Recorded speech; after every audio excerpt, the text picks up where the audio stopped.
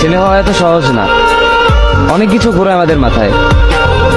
সব তো তোমার বইলা বোঝানো যাবে না, তারপরও কিছু বলি শোনো।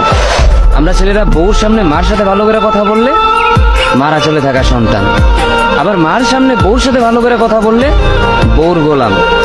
নিজের ছেলে মেয়েদের যদি মারি আমাদের দয়া মায়া নাই, আর ওই ছেলে মেয়েদের যদি কিছু না বলি আশকারা দিতেছি।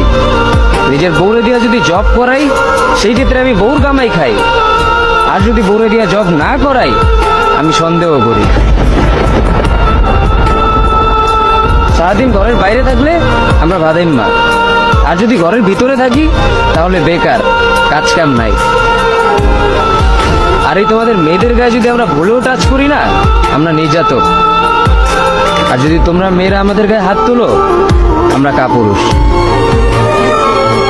আর একটা ছেলে কি ব্যাপারে পুরো লাইফে নিজের জন্য মার ওষুধের থেকে শুরু করে বউ বাচ্চার প্রত্যেকটা সব পালন করার দায়িত্ব একটা পুরুষের। কিন্তু কি লাভ এত কিছু কইরা? দিন শেষে একটা ভুল করলেই সবাই ভুলা যায় যে কে কি করছে তার জন্য। ছেলে হওয়া এত সহজ না, অনেক কিছু ঘুরে আমাদের মাথায়। সব তো তোমার বইলা বোঝানো যাবে না, তারপরও কিছু বলি শোনো। আমরা ছেলেরা বউর সামনে মার সাথে ভালো করে কথা বললে মার আঁচলে থাকা সন্তান, আবার মার সামনে বউর সাথে ভালো করে কথা বললে বউর গোলাম। নিজের ছেলে মেয়েদের যদি মারি আমাদের দয়া মায়া নাই, আর ওই ছেলে মেয়েদের যদি কিছু না বলি আশকারা দিতেছি।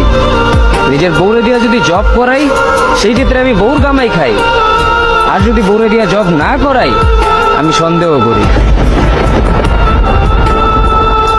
সারাদিন ঘরের বাইরে থাকলে আমরা ভাদাইম্মা, আর যদি ঘরের ভিতরে থাকি তাহলে বেকার, কাজ কাম নাই।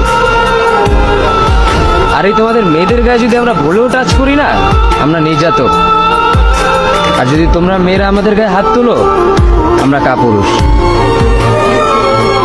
আর একটা ছেলে কি ব্যাপারে পুরো লাইফে নিজের জন্য মার ওষুধের থেকে শুরু করে বউ বাচ্চার প্রত্যেকটা সব পালন করার দায়িত্ব একটা পুরুষের। কিন্তু কি লাভ এত কিছু কইরা? দিন শেষে একটা ভুল করলেই সবাই ভুলা যায় যে কে কি করছে তার জন্য।